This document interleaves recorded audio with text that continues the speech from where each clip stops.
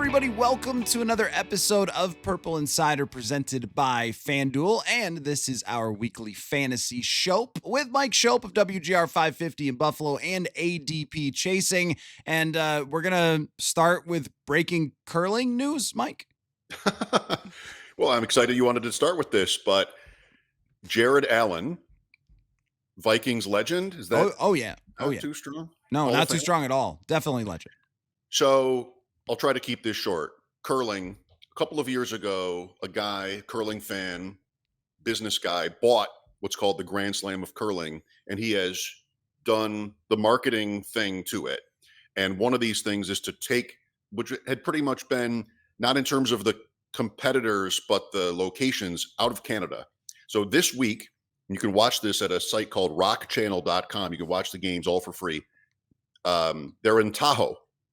And one thing he has tried to do to grow the game, if you will, is bring in celebrities, other sports figures. George Kittle is one who's done exhibition stuff with them in Nashville. It's at the tight end home base, maybe for tight ends or whatever. Yep. So now they've got Jared Allen competing in this week's Grand Slam tournament. And he has a team of just legends that he's playing with, older guys. Imagine like if you were playing in a team golf event as, you know, you're a 2 handicap, but you're not a professional. You're a good golfer and you're famous and you get invited to play in this, you know, a serious tournament, not just a pro-am. And your partner is Ernie Els or somebody like that who used to be great, right?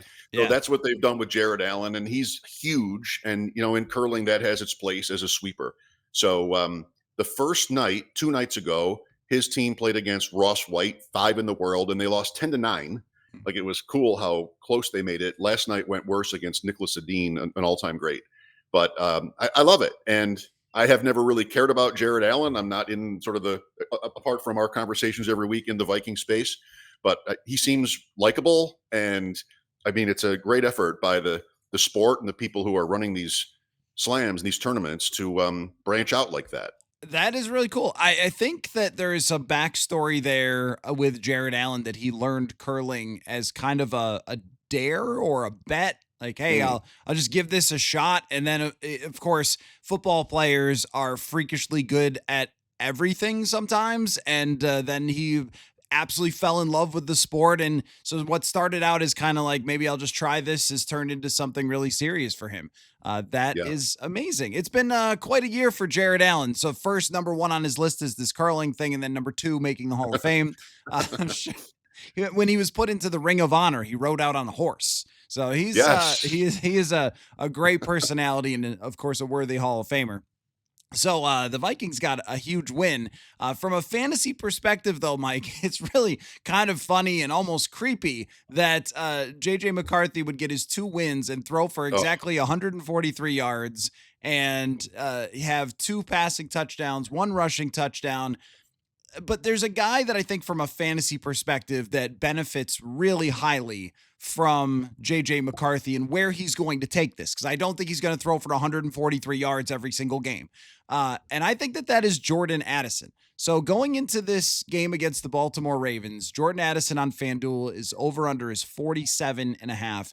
And Addison is still been, rolling and has been pretty good this year since he's come back from the suspension. But I think that there's big upside on the way for Jordan Addison. And I think it might be a little bit harder on Justin Jefferson than it was with Carson Wentz, because Carson Wentz was a veteran quarterback who's kind of doing what Joe Flacco is doing, which is wide receiver 1 football. And I don't think they want JJ McCarthy to play so much that way. It's more of, hey, look for the matchups. And they had built up this chemistry in training camp that was really excellent. And you could see it in this game where there's an outbreaking route and he's got the ball out before he's coming out of the break and hits him right on. It just felt like they were a little more in sync than him and Jefferson. And I think this could kind of take off for Addison going forward. Yeah, it'd be great to see.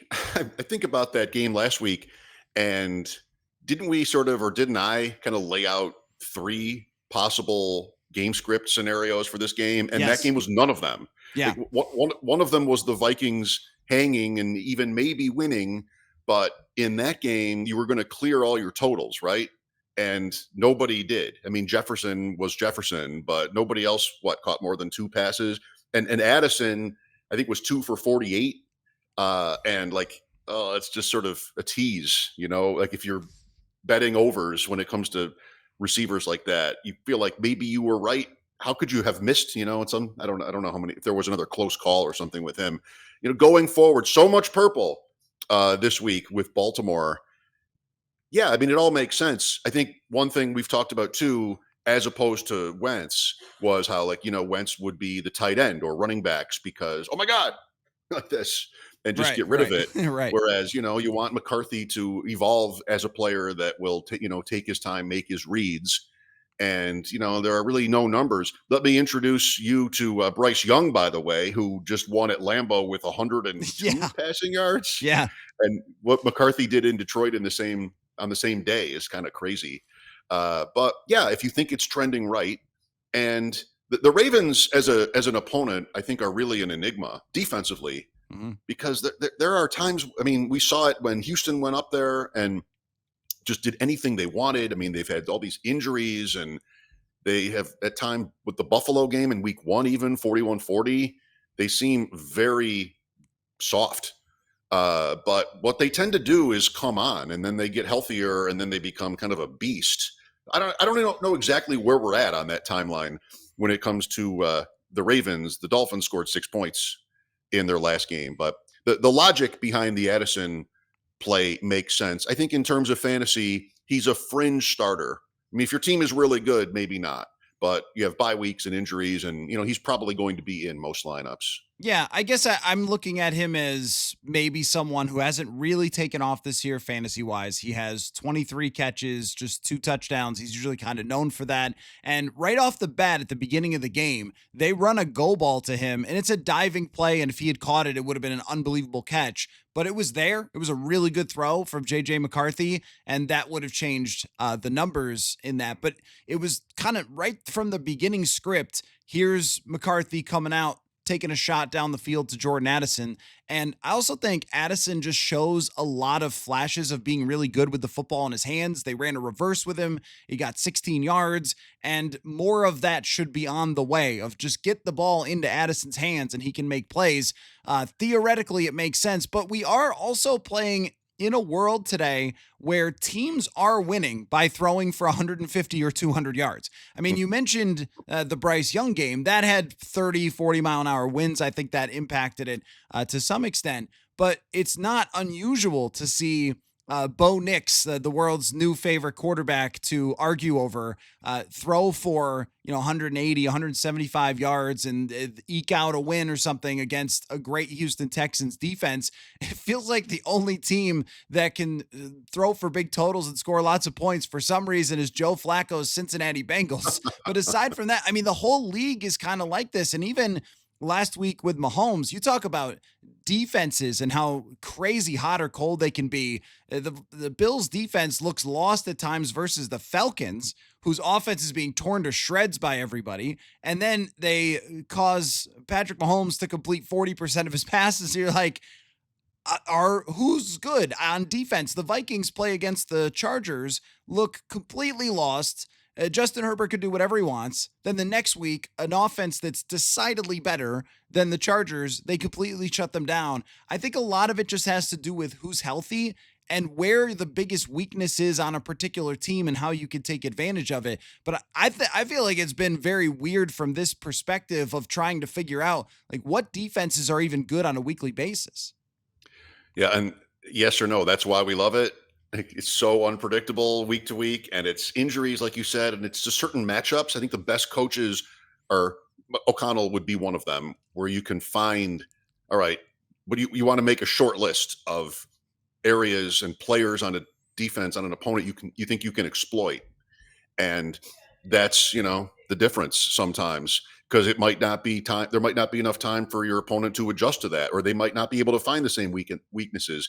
Buffalo, Kansas City, it almost, here in Buffalo with the fans, put me in a worse place, that win, because I think here are the Bills, who every year go into these, I'm obviously exaggerating by putting it this way, but they go into these annual regular season showdowns with Kansas City, like, let's try this.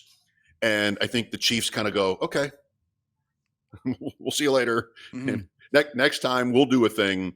The AFC Championship came down to one play where they showed this exotic blitz all from one side of the field, and the Bills couldn't deal with it, and they lost.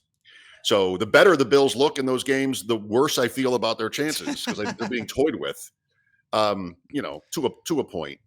But yeah, like we've got this trend in the last couple of years where teams are just not able to throw the ball as successfully. This goes back, the last 4 years really, where we've seen that. And you got to figure out a plan B. A lot of teams are going heavy, 2 tight ends, 6 linemen. I mean, you see them drafting like this. Pittsburgh's live this year. They have 4 tight ends that are relevant and 1 receiver to their offense. So it's pretty wild. And in fantasy, it makes things really challenging. They already are, but tight end, you kind of have to luck into a touchdown unless you have Bowers or McBride. And a lot of receivers just don't get there on a regular basis. The elite ones tend to. That's a couple of guys. I just watched Chicago put up 47 points and 500 some yards, and Roma Dunze airballed 0. Like, Wow. how do you sleep at night when you're trying to figure this stuff out? Well, and Colston Loveland, who, well, when they drafted him, I was like, I don't know, do you guys need another tight end? But Right. really good if the Cincinnati Bengals do not want to tackle him at all, and 3 of them go, "Are you going to do that? Are you going to make the tackle?" That Crazy. is some of the strangest football with their defense I've ever seen. Strange and some of the most damning video evidence you'll ever see Oh too. yeah. Like this Shamar Stewart, all the drama about him in the summer, first round pick, and he's just getting obliterated by tiny receivers. And it just who knows? It's really weird to see a team look like they're just not competing. Yeah, and that's where you wonder about, like, is this something more beyond just, like, is it them kind of quitting on their coach, or like what's happening there? Because any football team should not play like that when they have professional players. And some of those guys have been good players in the past, like Geno Stone. He's been around, Mhm. he's made plays for a team, and he in that moment is just going, no, no, no, no, no. They can have this win. It was bizarre. Let's circle back to Lamar Jackson, though. 221.5 yards is the over under in passing for Lamar Jackson. Let me take a look at the rushing. 37 and a half rushing for Lamar. Oof. As we're having this discussion, it sort of leads into, I don't know what to think of the Vikings defense against Lamar Jackson, because they had the perfect plan against Jared Goff. They confused the interior of the Lions offensive line. The interior really showed that they were missing their all-world center who retired in the offseason, and they had no adjustment to it. Jahmyr Gibbs, how crazy is this? Yeah. Jahmyr Gibbs gave up 7 quarterback pressures. I've never seen a running back give up 7 quarterback pressures before. But if you have the same rush plan against Lamar Jackson, he will see your linebacker and go whoop and just escape, and you won't see him again because he's 50 yards down the field. So, Mhm, mhm. what do we make of Lamar Jackson versus the NFL's most aggressive blitzing defense? Very interesting. I think it starts with, does he want to run? I Yeah. think every game with him, you'd love to know what his attitude is about taking off. I watched the Ravens over the last few years, and I just watch a team that I think should never lose a single game. Like, how do they not score on every drive? I think with Jackson, he wanted to demonstrate, and his team steered him, I think, in this direction that he was more than just the best running quarterback anybody has ever seen. And at times, I think it's cost them because they limit themselves. He just whatever. I don't know. It's a very interesting guy to try to figure out. Not just in a schematic sense. I thought last week against Miami, he didn't want to run, and he was coming off a month-long hamstring injury. So I guess I can respect that. Then they got ahead easily, and it was going to be a walking, a rocking chair kind of night. And so who knows after that? The pressure was never on Baltimore, but he didn't want to go. And that sort of feeds into this number for this game because it's such a low number. I mean, the guy ran for 1,000 yards. He runs for 1,000 yards in a season in his sleep. Right. And 37 and a half, you take some guts to bet the under. on that. But, maybe he's not healthy. Maybe they get ahead. It's interesting that they're a 4 or 5 point favorite on the road. I mean, nobody loves anything more than the betting markets love the Baltimore Ravens always. Yeah. So it's still a flawed team. If he wants to go, your point about blitzes and everything is exactly right. I don't think the Vikings would have that kind of success against this player, but they know that, and they're going to game plan it differently because of that. Um, I think he's still got it when he's healthy, as long as he is in the mood. I feel like maybe it really comes down to that with Baltimore. As a passer, I've always been on Team Lamar Jackson.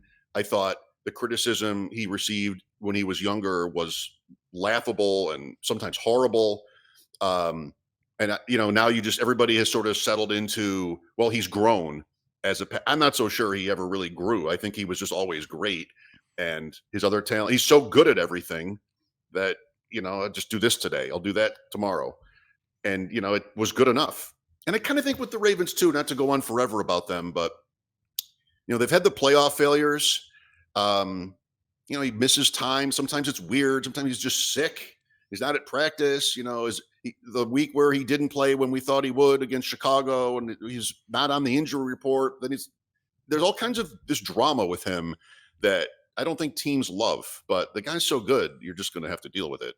It is crazy to think about, and that sort of to your point about the drama with him, about how at one point the Baltimore Ravens made it possible for other people to trade for Lamar Jackson, and then they didn't, which is honestly the most insane thing ever. I mean, I think it was Atlanta that announced or leaked, I think, of the same thing to some insider or whatever, like, we're not going after Lamar Jackson. Like, I wouldn't be announcing that. I would I just know. stay in the back. And as much as I respect Michael Penix, I mean, if that team with their weapons had Lamar Jackson these last couple years, there's a few coaches who wouldn't have gotten fired. But it is odd this year, though, because he's only run 26 times and 11 of them go for 10 or more yards. So, I mean, one every other run is going for an explosive play, but to only have 26 carries, even with missing time, is pretty shocking for Lamar Jackson. And the theory I have there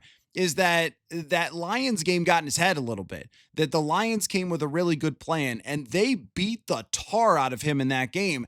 And I don't think that they have the offensive line, the size that pushes people around. Well, or the talent combined with the size. Because Hmm. when I think of them, I think of these mammoth humans just creating huge gaps for Lamar Jackson and him running through them free and then needing to beat one guy. But the Lions really hit him over and over, and they had a good spy plan with Alex Anzalone. And it just, I don't know, since then it didn't seem like he really had the same juice, and maybe he actually got injured in that game. But I think there might be something to that. That's I thought he got hurt that night. Yeah. And because you just never see a game like that where he's being sacked constantly. Like, what's wrong? The Right. next week is Kansas City and he goes out. So something was probably already wrong. But that's the point about the Ravens is that game is 38-30. Like, Right. as Right. horrible as we all thought it looked, it's 38-30. The key man, it seems, for the Ravens is the fullback, Ricard. And he missed the first chunk of the season. Even in the Bills game, I mean, they scored 40 points that night in a loss. They didn't have him for that game, and they ran almost at will. But then it seemed like his absence was really a problem for Baltimore. He comes back, and they start to click. And so it just seems who they think they are, what they want to do offensively. He has a lot to do with that. And I don't know how exactly that affects the Vikings' approach to this game, but they can throw it too. And the Ravens have never been flush with receivers. Zay Flowers, I think, is really good. I Hmm. mean, I sort of think of Addison and Flowers sometimes in the same way, Yeah. but is that the same draft too, or like right around each other? That, Yep. that clump of receivers who were picked. Also, JSN, who's right now the best in the league, arguably having the best season, arguably in the league at that position. So Flowers is good. Tight ends are always interesting with Baltimore. They've got three they use and throw the ball to. Really, I think it's probably a headache for any defensive coordinator. Maybe like top of the list, how to defend Baltimore. You can get there sometimes, and if their line has had tons of injuries, which makes it easier for the defense, obviously. But there's just so many things they can do to beat you.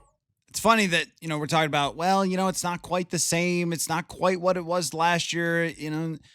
His quarterback rating presently is 136.7. It's not quite the He's same, right? I mean, he's completing 73% of his passes at over 9 yards per attempt, 14 Matt, touchdowns, one pick. Like, I don't know. Matthew, That's pretty good. quarterback rating. So quarterback rating does not include any rushing element, right? I mean, Right. this is Correct. just Yeah. your passer. Do you know where he ranks all time? I wouldn't be surprised if it's at the very top. Number one. Yeah. Yeah. Number one all time in quarterback rating, which does not include rushing. Well, some former Bills executives wanted him to play wide receiver coming out in the Yes. draft. No, what? Yes. Yeah, I mean, that's part of the entire story of Lamar Jackson is the completely bogus and horrific analysis of him as a passer. But I mean, we're talking about clearly at this point in his career one of the best players in the history of the National Football League. Easily, if he retires today, he walks into the Hall of Fame with no problem. And that's where, can the Vikings even slow him down? I think it's not a matter of can they stop Lamar Jackson. It's really, can you slow him down? And that starts with the wide receivers, because even as much as they beat up Jared Goff, they pressured the heck out of him, they hit him, they knocked him down, they stopped Jahmyr Gibbs, which we'll talk about, Derrick Henry.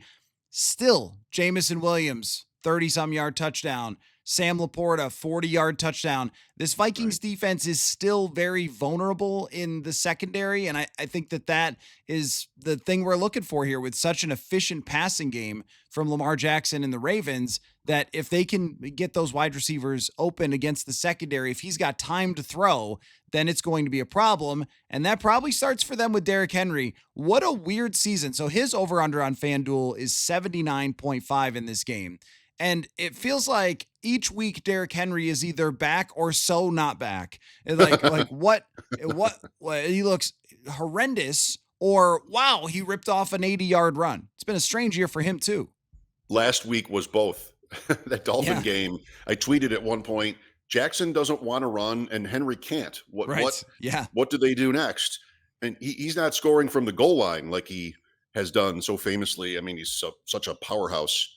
But yeah, I got to a point 2 or 3 weeks ago where I was like ready to say, I think this guy is washed. I think it's over for Derrick Henry, but it never is. And against the Dolphins, it looked like that again until it didn't. And he ripped off a couple of runs late. They kept him in the game. He got over 100. I mean, the Dolphins, I don't know. I don't know how credible anything really is against them these days, but it happened. I'm not in the mood to bet overs on Derrick Henry at this point in my life. Minnesota is respectable, and he doesn't look as good as he did. That's an eye test point. I don't really know that I trust myself on that, but that's kind of how I feel. And 79.5 is sort of a normal day for him. If it's another one of those where if they get ahead, it'll happen. If they have the Dolphin game again, he'll clear it. They have Keaton Mitchell, who is sort of like your favorite analyst's favorite running back. This guy who almost never gets the ball, but he's got this incredible efficiency and breakaway speed. They just almost never use him. And in that game, they had a chance to save Derrick Henry, and they chose to just, not. He played all the way through and got his volume. So I would lean on toward the under on him, just because of how I feel about sort of where he's at in his career. But as my friends and some of my, colleagues in fantasy football know, I'm never wrong just early. This is my 7th year of fading Derrick Henry in fantasy football. One of these years, I'm going to be right. So your eye test is matching up with the eye test of the folks who grade every single play at PFF. Last year, Derrick Henry had a career high 94.0 PFF grade, almost went for 2,000, 6 yards a carry. Well, it's only 1 yard per carry less. His PFF grade has gone from 94 to 59. So the negative plays, the zero runs, not breaking tackles in the same way that he used to, not powering forward and turning 0-yard runs into 5-yard runs, it doesn't look the same. And his yards per carry is kind of a myth based on a handful of really, really big runs and not a Yeah. consistent down to down type of performance. And this is where the Vikings, the crazy thing about the Vikings is that Kenneth Gainwell ran over them. Yeah. And Saquon Barkley and Jahmyr Gibbs did nothing against them. So I get, Vidal went crazy. And Yes. yet, and I think so much of it has to do in this game with just who gets ahead. Because if the Vikings get ahead, Derrick Henry's going to be taken out of this game, and Jackson's going to throw and throw and throw and throw. And if the Vikings are behind, then even if Henry is getting 2-yard runs and then breaks a 30-yarder, well, that's still going to work for Baltimore, and they're going to continue to keep going back to that and back to that. They won't get frustrated if they're up by 14 points. But I do think that Van Ginkel coming back, Cashman Yep. at 100%, Harrison Smith much closer to 100%. And what's been really interesting is that they've used a true 3-4 out there. Like old school, you would have remembered this with Bryce Pop hanging over the outside of the line there, and Sure. the three defensive tackles. I mean, that's what they've been using over the last couple weeks to stop some of these big runners. So Well, that I think they've really dedicated to stopping it. So let me ask you though about the line here on FanDuel. 4.5-point favorites are the Baltimore Ravens, and you mentioned the betting markets adore the Ravens. oh, They pick the Ravens for every single game, so I'm not surprised to see it. But these two teams on paper, I think, actually look really, really close. it's interesting. It's not a game I'm excited to bet because, well, actually, it's the kind of line where even though I sort of make it a rule to never bet against Baltimore, I'm kind of a little bit tempted to do it because I mean they're 3-5 and Yeah. 4.5 points on the road. They've been the division favorite throughout the season. They were 1-5 and they were still the betting favorite for most of that stretch in the AFC North. It's very weird. I think the key to the whole thing is McCarthy. I mean, the Ravens offense gets there almost always with Jackson healthy. So one way or another, they probably do it. It's just very rare to see him have a bad game or the Ravens offense held under 20 points or whatever the threshold needs to be. But I do think McCarthy is still in this phase where it could go really badly. Like we just don't really know how effective he can be. And now you put it to a Ravens defense that again has had all kinds of injury drama and different challenges, but they do ramp up, and this is really why one reason why they get so much love always is like as the season goes along, they get better. And maybe it's close enough to the end to think that of Baltimore. I don't have a great feel for the game. These teams hardly ever play. Wasn't Yep. there a great shootout game in Baltimore the last time the Vikings played the Ravens with Cousins? Does that sound right? 2021 ended up going to overtime, and I believe Anthony Barr had the ball in his hands, or maybe even got an interception. Yeah, no, I think he got an interception in overtime, and then the Vikings went 3-and-out, and then they end up losing that game. But yeah, that was a Okay. shootout. There's been a bunch of crazy ones over the years. There was one where like 28 points were scored in the last 4 minutes of the game with kick returns for touchdowns. That was maybe 2013. It's always a little bit bizarre when the Vikings face the Ravens. And I think part All of that that purple. is, well, it's all that purple. And it's also, they don't know each other. Like when Detroit and Minnesota go up against each other, it is like high level coach versus coach. I know you, you know me, but I think you could catch the other team off guard a little bit when you have just a couple days to get ready for them and you haven't seen this coaching staff time and time again. I And want to talk. especially when one Lamar Jackson being unique like he is. I mean, if you don't have the experience, you might be in a tougher spot. Right, right. So I did want to talk about the wide receivers a little bit because it has been a bit of an odd year, and Seattle is just lighting it up with Sam Darnold and Jackson Smith-Njigba. Right now, he is running away, even from Jamar Chase, who seems to be getting a target on every single play for the Bengals. 948 yards on 58 catches, 16 yards a catch for Seattle. As a regression believer in general, I think that this is one where you would say it's going to be pretty hard to keep up some of the numbers that Sam Darnold has posted throwing to Smith-Njigba. They went out and got Rashid Shaheed as another weapon for him. But are you buying Darnold, Smith-Njigba, that this is going to continue and he's just the league's top receiver this year. I am. I think. I mean, he has the pedigree. He's the right age. This is his third year. Hmm? And Darnold, I certainly wouldn't have to tell you what he can do when he's on. And Sunday night was that quintessentially. I mean, he couldn't miss. And Smith and Jigba was a big part of that game plan, but there was also all the type anything they wanted. Seattle in that game in Washington just made it look so easy. So he's not a fluke. His first different roles. I mean, it's Pete Carroll in the first place. He got hurt as a rookie in the preseason on a long pass against Dallas. And that, again, this is also something that can really throw off your entire season. Oh, yeah. And, you don't get the chance right away. Then there's like this development phase and your season is over and, oh, he's a bust or something. Like we've definitely, with the season he's had already, seen JSN sort of prove that wrong. So yeah, I think he can keep it up. And Shaheed, it seems like the consensus here is he's the perfect complementary piece. He's never going to be like a high volume target guy. He's just sort of like a complement. He's a deep ball. He's a home run hitter. Yeah. And they did not really have that. Like it's sort of a perfect idea, I think. And I don't think it should cut into Smith and Jigba, who's everything intermediate, short.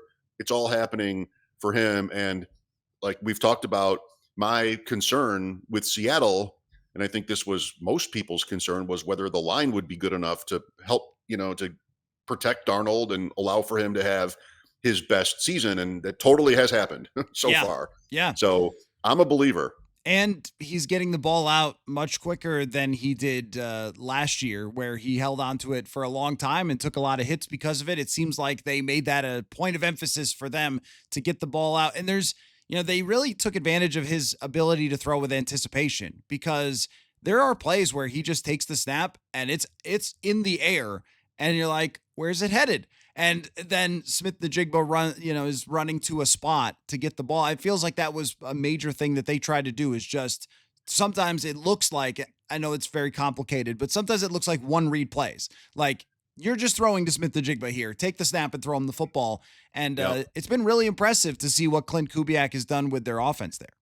It's also like in fantasy, I'm shaking my head just thinking about it. Like your perfect draft might have been picking, say, 106, where you could have picked Lamb or Gibbs or even McCaffrey. And then you come back with Jonathan Taylor, who would have been sitting there in the mid-second, and then Smith and Jigba in the mid-third. It's tough there are not going to be like a relatively high percentage of teams that have Taylor and JSN, because Taylor was more mid to late second and then JSN was mid to late third on the other side. But I shake my head, because if you drafted top 3 or 4 picks in your draft, all the guys you got instead, I mean, a lot of them just are big disappointments, whether that's because of an injury. O'Marion Hampton was going in that range. I mean, Travion Henderson would go in that range in the third. T. Higgins, okay, it came to life. Josh Jacobs doesn't look good, hurt, still producing. Just, a lot of iffy choices there. There's JSN sitting like 5-6 picks later, just sort of waving his hand, and we didn't see him open. It's really funny with how it works sometimes with those draft picks, because a player like Travion Henderson, when you watch him play in college, like, there's no way that he won't be on the field. Like, even if he turns into, remember Reggie Bush's role where, he wasn't like RB1 all the time, but he would catch 50, 60 passes or something and run for 700 yards. Like, that felt like a worst case scenario with Travion Henderson. Yeah. And they just refuse to even play him, which means something's happening there. People assume sometimes that the coaching staffs are wrong with this. I promise you, Vrabel's not wrong. Like, there's something that they don't believe in there with him. It's kind of happened with Laquan Treadwell here, where it's like they're not ever playing him. What is happening? And usually it's that the guy doesn't know the offense, and that ends up being the issue, or they can't trust him in pass protection, blocking, right? Yeah. We make fun of the coaches. Oh, you give him the football, right? And then Jahmyr Gibbs gives up 7 pressures. And okay, I guess I understand why they want those guys to block. Henderson trending up just quickly, like with Stevenson out last week. He was starting to get some more work, and he did well with it. His best game yet. How about the playoff race in the NFC? and the Green Bay Packers, where they stand here, they're now plus 1,100 on FanDuel to win the Super Bowl, which dropped quite a bit last week after Tucker Kraft went out. How do we view what they have weapons wise? And you've been dealing with this conversation in Buffalo for a long Mm, time of like trading for receivers and drafting receivers and so forth. And Matt LaFleur went off on the media last week and great. was saying, had like, you want to talk about this, number one receiver stuff and where the targets are going all the time, but this and this. And then Tucker Kraft goes out. Jordan Love is terrible in the game. And you go, oh yeah, it might be a big deal. But what do they like? What do they do now? I mean, what is on their radar now? How do they keep their offense going without the guy who was really driving it? Good question. I still like Love. I think it is similar to Buffalo, but without as much success. In they just want to play slow, and their defense is good, and they sort of get by. And that's probably how a coach gets to that point. And we've seen it before from LaFleur. It's like Brian Kelly. It's a version Mhm. of Brian Kelly at LSU, like lecturing the media on, Yeah, you know, how you should talk about and look at his team after wins, but they can't, move the ball. And so I don't know. I mean, I think the Packers are probably fine weapons wise. Kraft was having an all time great season. Luke Musgrave, another tight end there, was drafted in front of him. This is very Baltimore, where they draft two tight ends Mhm. right together, and the second one is the better one. That's what happened with Andrews. And there's another example, Isaiah Likely, maybe. Oh yeah, But yeah. Green Bay with Musgrave, he was a big bet of mine last night on waivers. A lot of the tournaments I play in give you 1.5 per catch at tight end. And I kind of think that he can just sort of take over for Kraft. He probably won't be as good, but they're not bereft now with Kraft out. And Romeo Dobbs has become a pretty consistent producer at wide receiver for them. Christian Watson is back. Matthew Golden is fast and young, Sure. and Hasn't been maybe great, but eventually. yeah. No, not great. Maybe eventually Jaden Reed. Jacobs is a concern because he doesn't really. It's a kind of like Henry a little bit, like not as much as looking good there, and he's had an injury. They used Emmanuel Wilson, saw him at running back last week, and also Chris Brooks to catch a ball every now and then. But I'm mostly where I started the season when it comes to Green Bay, which is like, no, probably a playoff team. The thing they haven't done yet is win there, well enough. And I feel the same way For about them now. for me, the difference with a team like Seattle or even the Vikings with Justin Jefferson, when you have that guy that is the centerpiece of the offense versus the everybody snacks offense, which you Mm. coined, is I think consistency. I think that you always have this cheat code of it's third down and 7, and they're not going to be able to stop our best guy. He's better than whoever is covering him, or even two guys who are trying to cover him. And it just can be a wheel that keeps turning for an offense where when you're trying to say, well, we just go to, whoever is open, well, some of those guys are not as good at getting open. And sometimes you are in just situations where there's nowhere to go with the ball. And Jordan Love, he just has these brain stops working types of moments. And I think when you combine those two things, it's hard to find the Packers being a great offense. It feels like they're going to be much more of a decent offense that has its extremely frustrating times. Uh, What One of those teams? It's kind of just hard to tell a coach why we think he's wrong. right. It's Yeah. they've won enough where you kind of have to sort of live with it, and there's something to be said for that. It is like Buffalo. Okay, one more, just totally random to finish the show. Question about Daniel Jones. So Hmm. Daniel Jones has 6 interceptions, but he has 11 turnover-worthy plays this year, which is the Hmm. sixth most turnover-worthy plays. He also leads the league in passing yards. So I want you to tell me: is it more likely that Daniel Jones finishes the season with 15 interceptions, or that he finishes the season leading the league in passing yards? Which one of those things is more likely? The former for me. I mean, leading the league is pretty great. I just think Taylor's too good, and it's the AFC South. I can't imagine he ends up leading the league. 15 interceptions is also a lot. Yeah. And if it's good, positive game scripts through Taylor, then maybe that number won't get there either. But, Yeah, I think Indianapolis is going to be about. Last week there was a lesson learned. Maybe like they're going to be a little fluky, but still, I mean that's they're going to win through Taylor if they're going to win. I'm just not buying it. I'm just not buying that they are a Super Bowl contender or that they're great. I think they had about as easy of a schedule as you could possibly have. And Daniel Jones looked wonderful in doing it, and they look amazing. But you go through these games, a 33-8 win against the Dolphins, block a field goal against the Broncos, Titans. They lose to the good Rams. They blow out the Raiders. Congrats. They beat the Cardinals. Congrats. Good win against the Chargers, who were playing with half their team that day, and then beat the Titans and lose to the Steelers. There's nothing impressive on that list. There's not a single impressive win except for the Broncos, which was a game that they should have lost. So, You know who I think is a Super Bowl contender, actually? Who's that? But since we're talking about this, the team that the Colts were once traded for. Traded for? Yes. You mean like Baltimore Colts or? Yes. They were traded for the Colts were traded for the Rams. Oh, for the Rams. Oh, okay. Yeah. Yeah. Okay. The owners traded teams. I did not know that. In 1970, Rosenblum and Irsay traded teams. I did not know this.